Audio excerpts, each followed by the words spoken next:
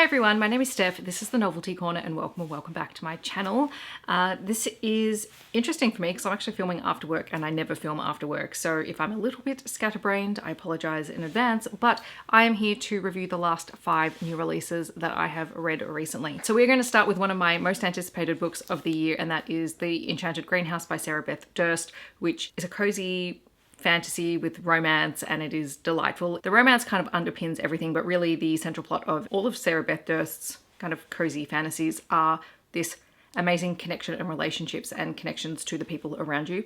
So it is truly delightful. This is set in the same world as The Spell Shop, although our characters are different. Our main character, Turla, is the librarian who is mentioned in the first book, who helped to bring the spider plant to life in that story, and she was punished for that crime because she was not supposed to use magic, and she did. And as part of her punishment, she was turned into a living statue. And then at the beginning of this book, suddenly she is freed from that state, but she finds herself on an island that she is unaware of where she is. She doesn't know how she got there or who has undone the spell or why she might even have been moved from the library. She doesn't even know what's happened to the library, which we know the history of what's played out if you've read The Spell Shop. Turlu finds out that a man named Yarrow has released her from being a statue, and he is the keeper of an island of incredible enchanted greenhouses that just grow the most amazing array of plants. These greenhouses are expansive. They were created by a wizard who has since passed on, and Yarrow is the last surviving gardener on this island. And the greenhouses are failing. The magic that supports them are failing, and some of the greenhouses are basically collapsing under the weight of their own magic, and the plants are being lost. And Turlu's statue was sent to Yarrow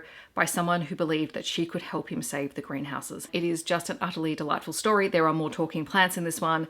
It is all very cozy. Yarrow initially is quite, grumpy and distant because he's lived a long time on this island by himself, but now he needs help. I absolutely loved it. This is my kind of cozy fantasy. This and The Spell Shop, perfection for me. And in true fashion, because I was post-work tired, I did forget to say that I received The Enchanted Greenhouse from Pan Macmillan for review, so thank you very much to them. I so appreciated it. It was one of the highlights of last month when it turned up in the mail. All right, next on the list of new releases is Stubborn Puckboy by Eden, Finley and Saxon James. This is part of the Puckboys series, and honestly is probably one of my favorite books in this entire series. It was just really fun and delightful. We're following Colby and Novi. We have a pro hockey player in Novi, and we have a video coach in Colby, and they were former friends who in this story become lovers, and it is a really interesting forced proximity workplace romance in terms of the fact that Novi is not out, he's Russian, and is just very aware of sort of the implications of coming out. And being a Puckboys book, there are plenty of shenanigans, a lot of highly hilarious moments. My favorite thing in this entire book is the fact that Novi plays this language game where he's lived in the US for a very long time. He is very well versed in the English language, although it's not his native language. He constantly says idioms and English phrases incorrectly just to see if people will correct him. And he actually keeps score on his phone. He has people's names listed and how many times they've corrected him. And he thinks it's hilarious. And the thing I loved about this is that eventually Colby picks up on it and he starts helping him with the game, which I absolutely loved. Like, as a language nerd, I just think anything where you play with language, and the fact that he was trying to trick his friends is hilarious, because they truly think that he just constantly makes mistakes when he knows full well what he's talking about. Another thing I really loved in this was Novi's sister. So one of the reasons he's not willing to come out is because his sister still lives in Russia, and she's kind of the first one to slap him upside the head and go, no, like, you need to be you need to be who you are, and I'm okay. I will be safe. And the way that their sibling relationship works as well is just utterly delightful. So highly recommend the Puckboy series. I enjoy all of them, but this one and book 2 are just some of my favorites of the series. Then we have Wooing the Wiccan by Louisa Masters, which is the first book in the next spin-off series set in the world of Hidden Species universe. So these are all interconnected standalone books with characters who cross over from multiple series and are utterly delightful. This one focuses on the elves, and I'm going to totally butcher this character's name. I know I read it and I made note of it and I totally forgot to write it down. Raulush, I think. It's an Icelandic name, is the king of the elves on Earth. And king is not an inherited title. The king is selected by the elvish magic as the person who the elves most need at any given point in time. And he's been in charge for a long time. Like, we're talking nearly 2,000 years. And then you have Jared, who is a human. He is a Wiccan. He's also a teacher. They meet really casually because Jared has been invited by like kind of in secret, by members of the supernatural community who are helping humans to reconnect with their magic, which has kind of been a plot point across this entire series universe, because magic exists in the world and humans used to know about magic in the supernatural world, but they lost their memories of it.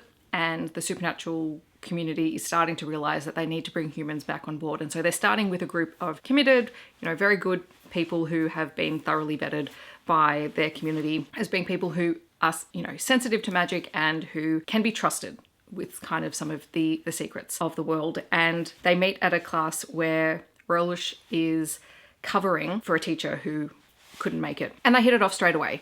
And Rolush has, for a long time, has not been able to have his own kind of a private life or his own life. He's constantly followed by bodyguards who initially are really skeptical and cautious around Jared, but their relationship is super sweet and really lovely, and I just utterly adored it. Oh my gosh, it was so cute and lovely. Also, this was my favorite thing in the whole series. Jared doesn't know about the supernatural community or the fact that Rolush is an elf until they go out on a date that Rolush has organized, but he's had someone else help him organize this date, and it's tickets to a hockey game. Except it's not human hockey, it's demon hockey. So you have shifters and demons on the ice, and it is hilarious. It is so funny. It would be so fun to watch. Anyway, that was that was one of my favorite things about the whole book, was the incorporation of hockey, but it's not, not hockey as we know it. So I really like that. Then I read Goal Line by Julia Connors. I was sent a review copy of this book as part of the release. So it's the fourth book in the Boston Rebels series. We're following Eva and Luke. They have been best friends since childhood. So Luke is a hockey player. Eva is a professional pairs figure skater, and she is also the daughter of Luke's coach. At the start of the book, unbeknownst to Eva's family, Eva is pregnant. She fell pregnant accidentally when she had a one-night stand with a guy months earlier. And the book opens with Luke's team in the Stanley Cup final. He is the backup goalie and the team is not doing so great, and just before the game, Luke finds out that Eva has sort of collapsed and been taken to hospital. Now Luke knows that Eva's pregnant, Eva's family doesn't, and so he spends the entire he's not able to shut off and focus on the game. He's worried about his best friend and the girl that he's, low-key in love with. At one point he has to go on the ice and he faults. They lose the final because he plays terribly. Mind you, everyone else plays terribly, and there's a really big point made around the fact that by the time that he was subbed in,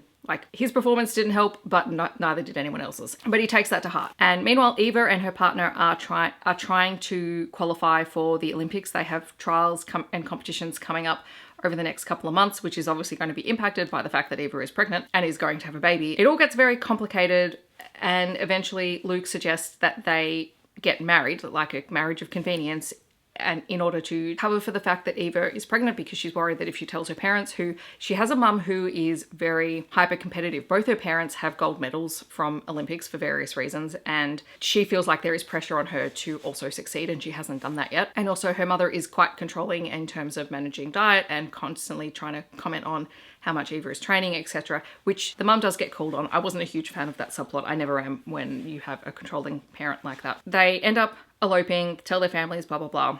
They're gonna have the baby, etc. I enjoyed the story for what it was. I think it is very typical of the kind of story, these are two very young characters, relatively speaking. They're both sort of in their early to mid 20s compared to some of the other characters, I think, in the series. The writing itself is fine. It is, I said, very typical of a non-queer hockey romance. Is probably all I can say. One thing I did appreciate though with the whole pregnancy subplot, which also doubles as a content/trigger warning, is that it is not a smooth pregnancy. She does end up with preeclampsia, and she does end up staying in hospital for quite a bit and having to readdress sort of her goals and how she's going to achieve them. That said, it all still wrapped up rather neatly in the end, which, I don't know, maybe that works. I don't know the ins and outs of the figure skating world and how long it takes you to get back into form after having a baby to then compete and perform, etc. If you like the pairing of a figure skater and a hockey player, that's a pretty common one, and I know a lot of people like it, definitely give it a go. The last book that I'm going to talk about in this video is another book that I have been highly anticipating. It's been pushed back for ages, and that is A Witch's Guide to Magical Innkeeping by Sangu Mandana. Cozy, paranormal, romance, fantasy-ish kind of story. Utterly delightful. We have Sarah, who we meet as a young girl. She has an incredible amount of magic, and she is kind of being low-key exploited by someone else. So in this world, there are people who have magic and they belong to covens, but most people don't have tons of magic, whereas Sarah has so much of it. There's also another man, much older man, who is a member of the council and things like that, who also has this power. And we know straight away he's not someone who likes to share power, and the fact that Sarah exists and that she potentially could exceed his power is not okay with him. However, he is training her. At the start of the book, Sarah is convinced by a witch who is trapped in a fox's body after a curse gone wrong to resurrect her great aunt when her great aunt passes away one afternoon. By doing this, by using the amount of magic that she did to resurrect her great aunt, Sarah has lost most of her connection to magic. She can do really small things, but nothing like what she could do before, and certainly not as easily as she could do it before. Then we jump forward into the present day, and Sarah is running the inn that belongs to her family. She's running it alongside her great aunt, as well as Clemmy, who is the fox. And they have a whole host of people who stay with them. Some of them are kind of permanent residents, which if you like the Innkeeper Chronicles by Lona Andrews, like this has a kind of similar setup in terms of the inn structure. There are some queer elements. One of the longtime residents, Matilda, is in love with Sarah's great aunt, and that romance kind of blossoms in the background of this story. We're introduced to Luke, who also has access to magic, and he is kind of a librarian who works for the local coven that Sarah was exiled from. And he has a younger sister who is autistic, and his sister is not able to hide her magic in a world where you have to hide your magic. She just doesn't understand why you have to. And he's given the advice to go for a drive, take a break, get his sister out of the Coven Castle, whatever it is. He realizes he has been sent to find Sarah's inn, where Sarah takes him in. They actually do vaguely know each other, but she takes them in, gives them a place to stay for the night, and it's all about this found family connection between all of them. And then slowly, with Luke's help, Sarah is able to investigate and figure out a way to regain her magic, which she should be able to do. The one thing I'll say about this, like I understand the ending. I was unhappy with the ending in terms of the way that what happens with Sarah's magic. I totally understand it. I totally get it. And I know it was the right choice for the book, but just a small part of me inside was just really frustrated on Sarah's behalf about what happened. That said, I loved all of the characters. I think the world was incredible. If you read Sangu Mandana's first book, this book is just as beautiful, just as gorgeous. You will cry in certain points. It is so lovely and sweet and just heartbreaking and wholesome and utterly delightful to read. So those are the last 5 new releases that I've read recently. I will have a few more coming soon, but for now, that's where we are. And I'd love to know in the comments if you've read any of them or if you're planning on picking any of them up. Otherwise, what is the most recent new release you have read and what did you think of it? If you want to let me know that you're here but you don't leave a comment, feel free to leave a book stack emoji. Otherwise, I hope that wherever you're on the world, you're staying safe and healthy, and I'll see you in my next video.